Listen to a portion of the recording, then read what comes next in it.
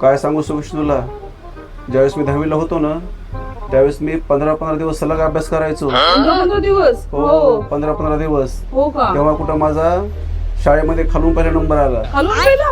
हो होय. बोर्डावर खाली जागा होती ना त्याच्यामुळे ऍडजस्ट केलं. हो का? कसा अभ्यास करायचा?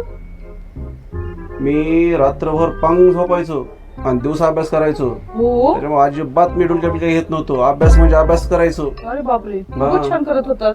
परिस्थिती माणसाला सगळं शिकवते. म्हणून तुला 1000 वेळेस सांगतोय तुझ्या निशांतला, 10वीचं वर्ष जवळ आले, एक्झाम जवळ आली तर अभ्यास करायला सांग.